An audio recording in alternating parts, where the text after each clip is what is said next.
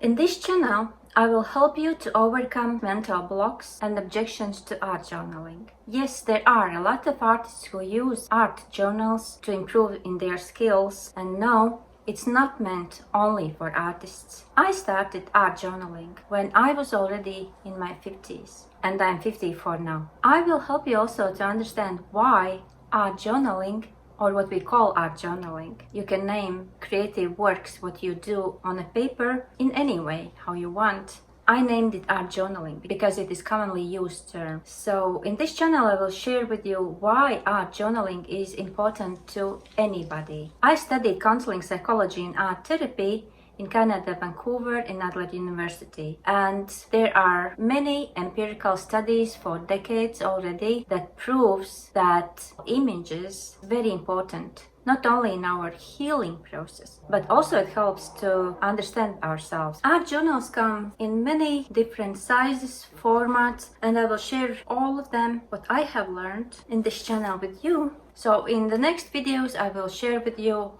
all of this knowledge, what I have got. And not only that, I will share also where I get my supplies. For mixed media, we actually need lots and lots of things.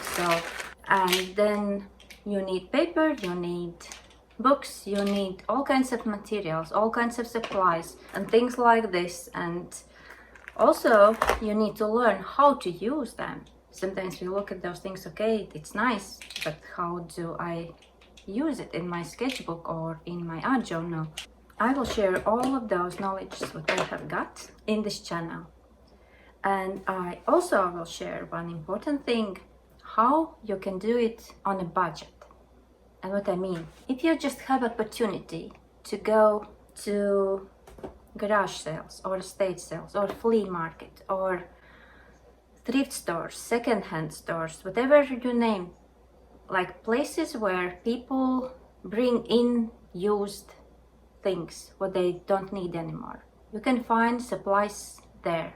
And I will share with you how I do it. And not only that, sometimes I find things which are amazing, but I already have some of them. And then I put them on my eBay shop and then I sell them.